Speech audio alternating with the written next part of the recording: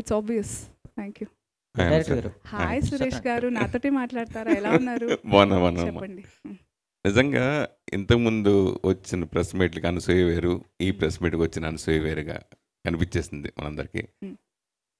కొన్ని క్యారెక్టర్, కొన్ని సినిమాలు మనం మనీ కోసం చేస్తాం, కొన్ని మనసుకు నచ్చి చేస్తాం, కొన్ని క్రేజ్గా చేస్తాం. సో మీకు మనసుకు నచ్చి చేసారని ఈ సినిమా అర్థమైపోతుంది. సో ఈ కథ చెప్పినప్పుడు కానీ మీ క్యారెక్టరేషన్ గురించి కానీ అంతకుముందు అనసూయ కూడా పాటలు, చాలా పాటలు వేరే రకంగా చూస్తాం.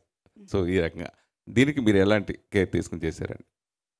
నేను మారలేదు, ఇవాల్వ్ అయ్యాను. మార్పు వేరు, ఎవల్యూషన్ వేరు. సో ఈ సినిమాతో నేను ఇవాల్వ్ అయ్యాను డెఫినెట్గా. ఇంతకు ముందు కూడా ఐఎమ్ అన్ ఎంటర్టైనర్. ఈ ఎంటర్టైన్మెంట్తో పాటు ఇలాంటి కథలు వస్తే, ఇలాంటి ధైర్యం ఉంటే, ఇలాంటి పాత్రలు రాస్తే వస్తే ఆ బరువు వేరే ఉంటుంది, నా అదృష్టం ఇంకోలా ఉంటుంది. అది నేను తీసుకునే అంత బుద్ధి నాకు ఉండాలి. ఆ భగవంతుడు ఇస్తున్నాడు, ఆ కనెక్ట్ ఉంది కాబట్టి ఐఎమ్ గ్రేట్ఫుల్. బట్ అది ఇప్పుడు ఏంటి, దాస్ గారు ఉన్నందుకు నేను ఏదో స్పిరిచువల్గా మాట్లాడలేదు. చాలామందికి తెలుసు I'm always very connected. So you will see, అలాంటి పాటలు చూస్తారు తప్పకుండా. యాజ్ అన్ ఎంటర్టైనర్ నేను చేస్తాను.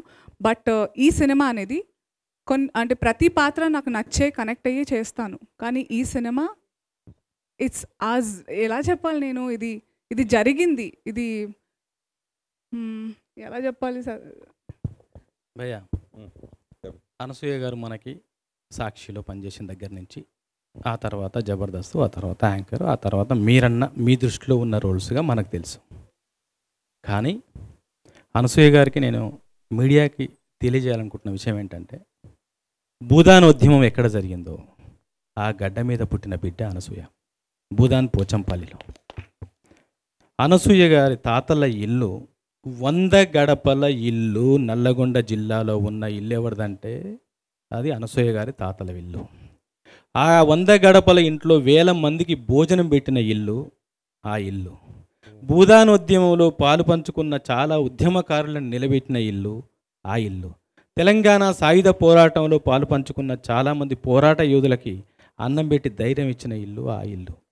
అంత గొప్ప రక్తంలో పుట్టిన అనసూయ రక్తంలో మనం అనుకున్న ఎంటర్టైన్మెంటే కాదు, ఆ ఆవేశం, ఆ పోరాటం ఉంటాయి. కాబట్టి నాకు తెలిసిన నా ఆడబిడ్డ అనసూయని ఆ దృష్టితోనే చూసా. నేను మాట్లాడేటప్పుడు క్యారెక్టర్ గురించి అనసూయనే అంతే అనుకున్న తర్వాత, మీకు తెలుసో లేదో, చాలా నేను కామెంట్స్ చదివే తర్వాత మీ మీద గౌరవం పెరిగింది మేడం, ఇలాంటి కామెంట్స్ రావడం స్టార్ట్ అయినాయి. ఈటీవీ CEO బాపినేడు గారు మార్నింగ్ ఆయన ఎప్పుడైనా ఇంటి దగ్గర నుంచి ఛానల్కి వెళ్ళేటప్పుడు ఎవరితోనైనా ఫోన్లో చాలాసేపు మాట్లాడతారు. 1 hour జర్నీ ఉంటుంది కాబట్టి నందినగర్ నుంచి ఫిలిం సిటీకి 1 hour. మార్నింగ్ కారెక్కగానే ఫోన్ చేసి ఆ సాంగ్ చూసి, ఏటగారు అనసూయ గారి మీద గౌరవం ఇంకా రెట్టింపు అయిందండి, ప్రొఫెషనల్గా అమ్మాయి మీద నాకు గౌరవం ఉంది, కానీ ఈ పాట చూసి నాకు రెట్టింపు అయిందండి అని స్టార్ట్ చేశారు. ఫిలిం సిటీ వెళ్ళేంత వరకు సరే నా రూమ్లోకి వచ్చాను, మళ్ళీ కలుద్దాం అనేంత వరకు అనసూయ గారి గురించి, ఆ పాట గురించి, పెర్ఫార్మెన్స్ గురించి, విషయం ఏంటంటే ఆవిడ వేసుకున్న కట్టు బొట్టు అన్నీ కూడా, అందులో క్వశ్చన్స్ కూడా కొన్ని వేశారు. అప్పుడు అంత నగలుండేదా, అది ఉండేదా, అలాంటి క్వశ్చన్స్ కూడా వేశారు. దానికి నా దగ్గర ఆన్సర్లు ఉన్నాయి. అవన్నీ అంటే చూడండి, నేనేమంటానంటే భయ్య, మన బ్లడ్లో, మన తాత ముత్తాల బ్లడ్లో, మన పూర్వీకుల బ్లడ్లో ఉన్నది ఆటోమేటిక్గా బయటపడుతుంది. దానికి ఒక టైం రావాలి. అనసూయ గారికి ఇప్పుడు టైం వచ్చింది, ఈ పాట ద్వారా టైం వచ్చింది. కాబట్టి అది భయ్య మీ క్వశ్చన్కి ఆవిడ ఆన్సర్. Thank you. సత్యనారాయణ గారు, సారీ, మీ ప్రశ్న చాలా బాగుంది. అన్ని పాత్రలు జేబు సాటిస్ఫాక్షన్ కోసమే కాదు, కొన్ని జాబ్ సాటిస్ఫాక్షన్, అలాంటిదే ఇదంతా. థ్యాంక్ యూ అమ్మా, అంతే కదా. ఒక క్లారిటీ, అది 101 దర్వాజాల ఇల్లు మా తాతగారి చెల్లి వాళ్ళ ఫ్యామిలీ గురించి, అంటే బ్లడ్ ఆఫ్ కోర్స్, బట్ ఎవరి క్రెడిట్ వాళ్ళకి ఇవ్వాలి ప్లీజ్. మళ్ళీ ఫోన్ వస్తుంది నాకు, ఏమిటే అని.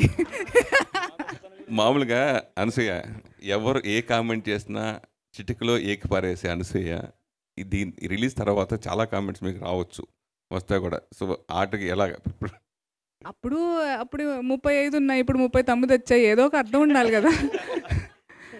ఏకి పారేయడం ఉంటుంది కానీ తరీకా బదిలేగా, దట్స్ ఆల్.